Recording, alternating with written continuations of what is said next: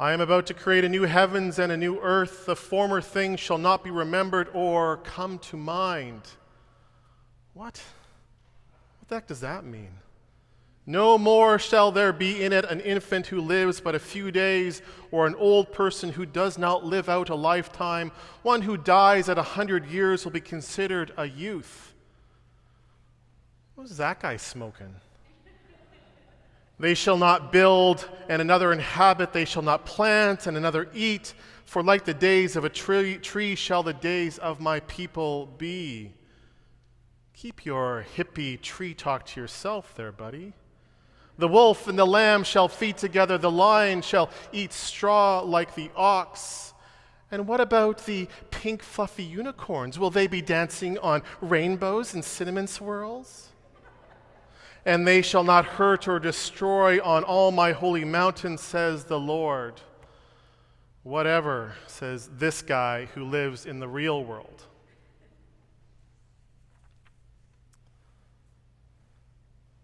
The book of Isaiah is comprised of three distinct prophetic voices that were active in three distinct times in the history of the nation of Judah.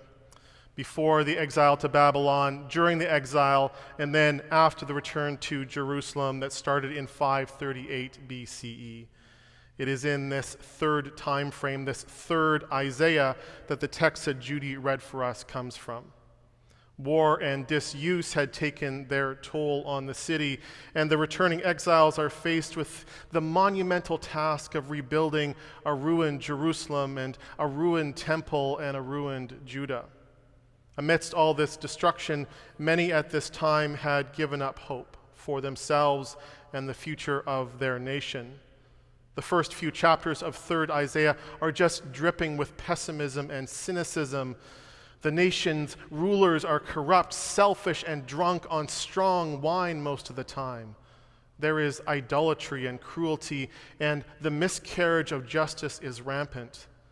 Through the prophet, God laments showy signs of religious piety while people go hungry in the streets. Look, God says in Isaiah 58, you serve your own interests and oppress all your workers. You quarrel and fight and strike with a wicked fist. Into a seemingly impossible task of rebuilding structures, institutions, culture, economy, and social cohesion, into the loss of hope and authentic faith, into the rise of pessimism and cynicism, God comes near to make an audacious promise. I'm about to create a new heavens and a new earth. Be glad and rejoice forever in what I am creating. No more shall the sound of weeping be heard. You will call, I will answer, for like the days of a tree shall the days of my people be. It is such beautiful poetry, such a hopeful vision, such a bold promise. Let's be honest. Do we really believe it?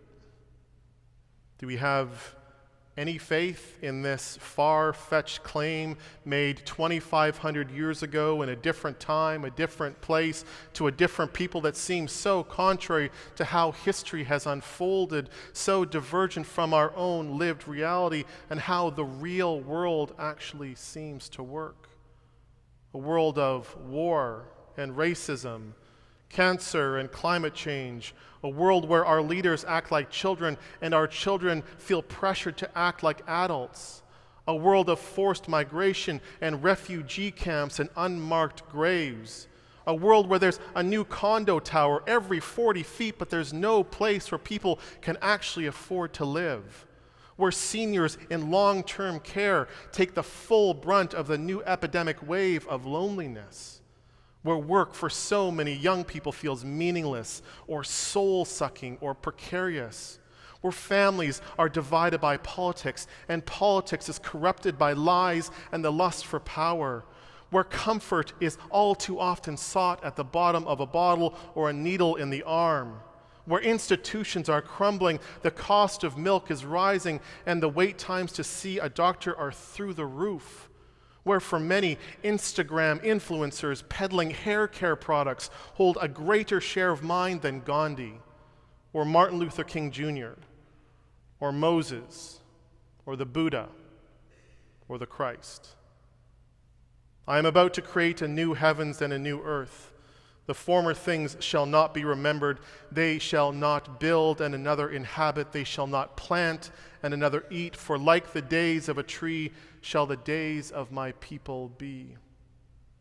In days defined by pessimism and cynicism, where flowery proclamations don't match up to lived reality, when it feels like everything is breaking, ending, drifting into chaos, how can we have any faith in any of these promises?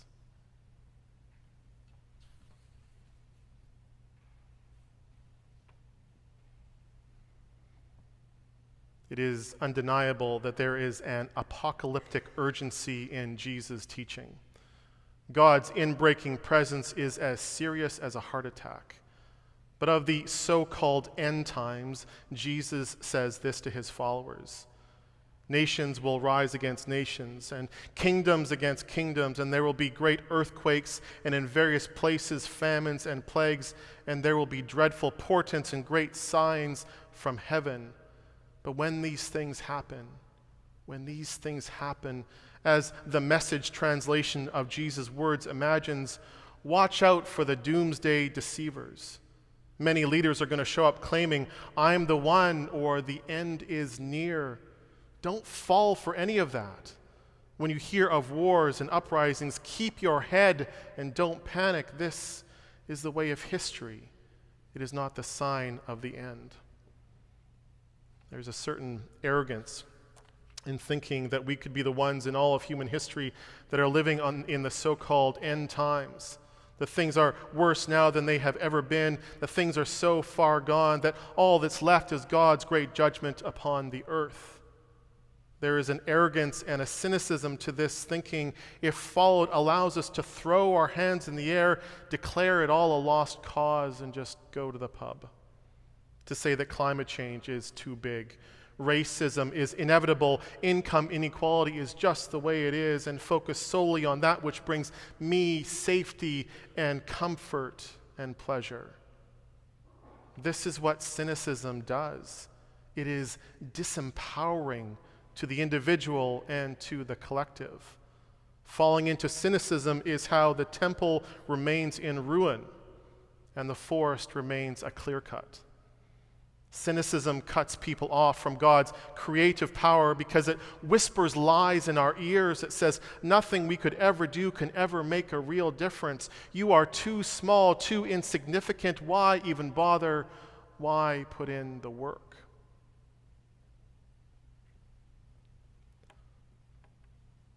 Martin Luther was once asked what he would do if he thought the world was coming to an end tomorrow. He said, I would plant an apple tree today. I would plant an apple tree today. The temple in Jerusalem was destroyed, rebuilt, then destroyed again. But Judaism was not destroyed. The people continued to live and worship in covenantal community all over the world. Jesus Christ died on a cross 2,000 years ago, but it was not the end of the movement he started. Those who loved him and continue to love him carry the resurrection promise of renewed relationship with God into our days and into our midst. In faith and by your endurance, you will gain your souls. The prophet Isaiah boldly proclaims that God's creative work did not end in the book of Genesis. Something new and amazing is happening, and we are invited to be part of it. God's continuing creative work does not destroy the first creation, which God calls good. It builds upon it. Jerusalem is still Jerusalem. Toronto is still Toronto. God's vision for creation is not something out of reach, an esoteric end that only comes into being at some far away, unimagined future. It is meant to become manifest in the here and now. Isaiah's prophetic language may be hyperbolic to make a point, but let's be clear, when he's talking about babies not dying in infanthood and people living past 100, he's talking about real needs of real people. He's talking about basic sanitation and adequate nutrition and elder care. The vision he proclaims is that of proper housing and meaningful employment and proper stewardship of the land, and an end to the sinful mindset that says, for me to get ahead, you must be diminished. Is this not the fast that I choose? God continues in Isaiah 58, to loose the bonds of injustice, to undo the straps of the yoke, and to let the oppressed go free. Is it not to share your bread with the hungry and bring the homeless poor into your house, when you see the naked to cover them and not to hide yourself from your own kin? Then your light shall break forth like the dawn, and your healing shall spring up quickly. You shall be like a watered garden. Your ancient ruins shall be rebuilt. You shall raise up the foundations of many generations. You shall be called the repairer of the breach, the restorer of streets to live in. Real world, concrete acts of justice and fairness and decency. This very old dream is the new thing that God is seeking to create amongst us. It is as much a vision about the possibilities of the present as it is the hopes of the future.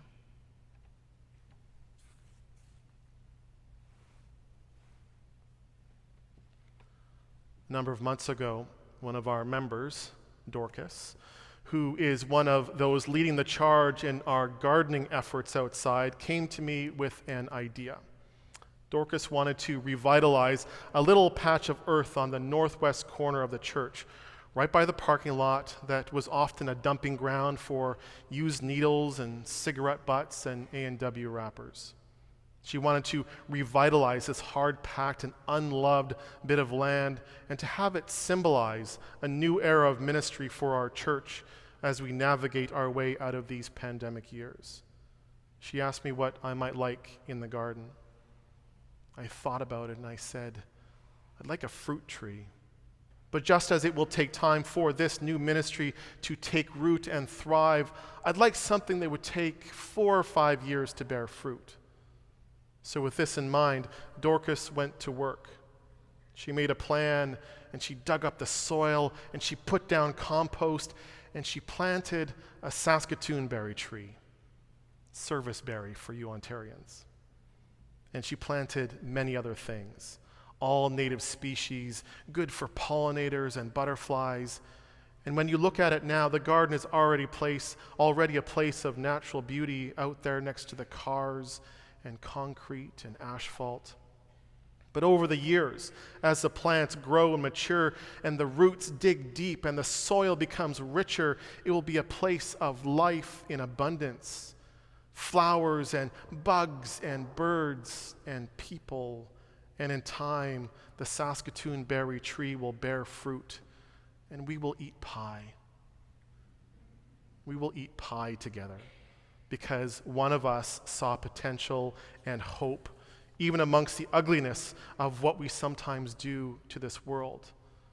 Dorcas had faith in God's vision for harmony between all children of creation, and most importantly, she was willing to partner with God to co-create, to put in the work to make that vision a reality in a small but entirely tangible way.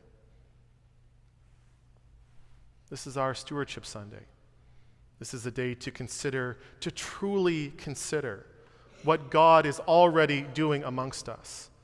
This is the day to do the inner work needed to identify the skills and passions and privileges that we can offer in support of God's ongoing creative work in our church and in the world.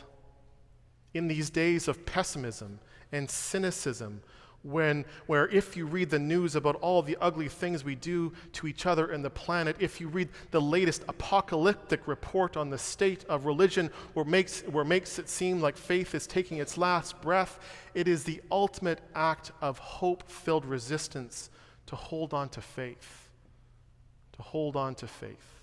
to boldly boldly proclaim that God is still active in this broken but beautiful world, to boldly proclaim with your heart and soul and strength that you are willing to be God's companion as a repairer of the breach and a restorer of streets to live in.